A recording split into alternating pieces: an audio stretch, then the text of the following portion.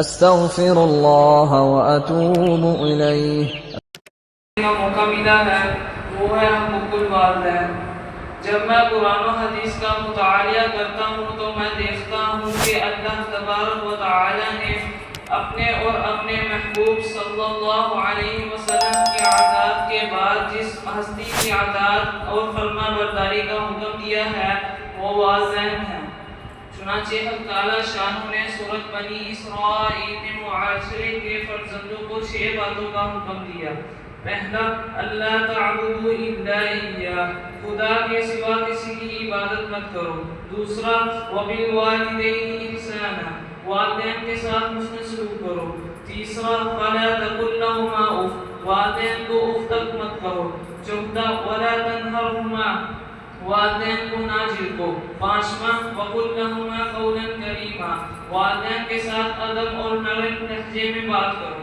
چھواں، واخفض لهما جناح الذل من الرحمہ، والدین کے لیے اطاعت کا بازو محبت سے بچھا دو اور یہ دعا کرتے رہو، رب ارحمهما كما ربياني صغيرا، اے رب تو ان دونوں پر رحم فرما جیسا کہ انہوں نے بچپن میں مجھے پالا پوسا تھا۔ بلکہ میں تو کہتا ہوں، بھوک ہمیں لگتی تھی تو رحم والدین کو آتا تھا، پیاس ہمیں لگتی تھی تو رحم والدین کو آتا تھا، سردی ہمیں لگتی تھی تو رحم والدین کو آتا تھا، گرمی ہمیں لگتی تھی تو رحم والدین کو آتا تھا، بیماری ہمیں لگتی تھی تو رحم والدین کو آتا تھا، تکلیف ہمیں پہنچتی تھی تو رحم والدین کو آتا تھا، زخم ہمیں لگتا تھا تو درد والدین کو ہوتا تھا۔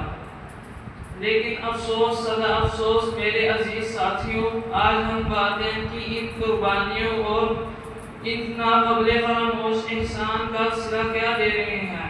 یہی نہ کہ ہم ان کا کہنا نہیں مانتے، دوسروں کے سامنے ان کو جھجک دیتے ہیں، تعلیم حاصل کرنے کے لیے مدرسے اور سکول بھیجتے ہیں تو ہم بھاگ جاتے ہیں اور ان کے ارمانوں کا خون کرتے ہیں، اپنے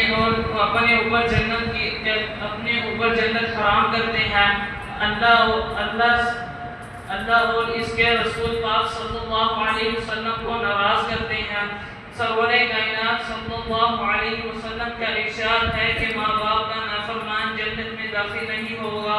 ایک حدیث میں فرمایا، ہما جنت ونار، یعنی ماں باپ اولاد کے لیے جنت بھی ہے اور دوزخ بھی۔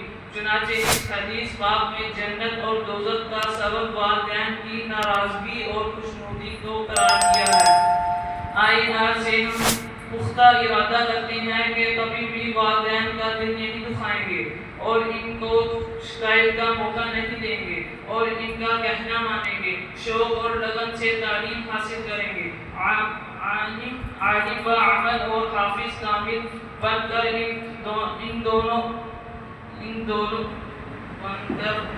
ان کے آنکھوں کو ٹھنڈک پہنچائیں گے اور ہمیشہ یہ دعا کرتے رہیں گے، رب ارحمهما كما ربياني صغيرا، آمین، وما علینا الا البلاغ۔